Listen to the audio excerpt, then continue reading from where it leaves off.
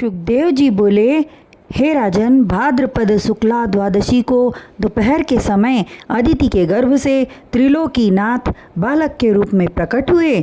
उनका दर्शन पाकर देवतागण आकाश से पुष्प वर्षा करने लगे।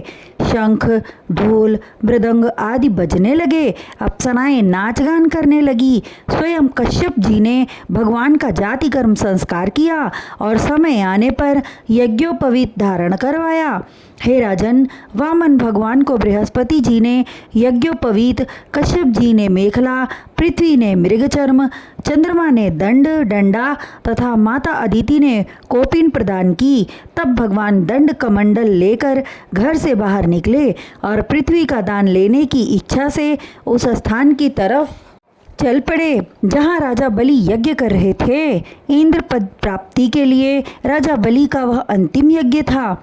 वामन भगवान बटुक भिक्षुक वेश में राजा बलि की यज्ञशाला में पहुँचे। उनके परम तेज स्वरूप को देखकर ऋषि मुनि, विद्वान ब्राह्मण एवं राजा बलि उठ खड़े हुए। अलौकिक तेज से वामन भगवान का संपूर्ण मुखमंडल दीप्तिमान हो रहा था। उनके अत्यंत लघु रूप बौना को देखकर सभी आश्चर्य करने लगे।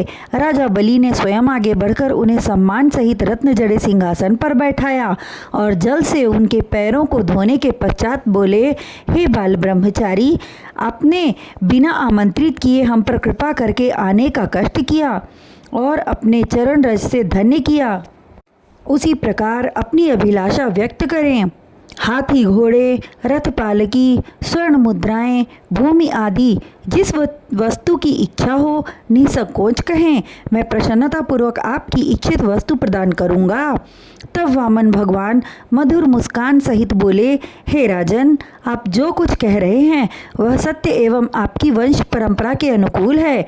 आपके पितामह भक्त प्रहलाद और हिरण्याक्ष तथा हिरण्यकश्यपु भी तो ऐसे थे जो याचकों के मुख से दान की याचना सुनकर कभी मुख मोड़े हों।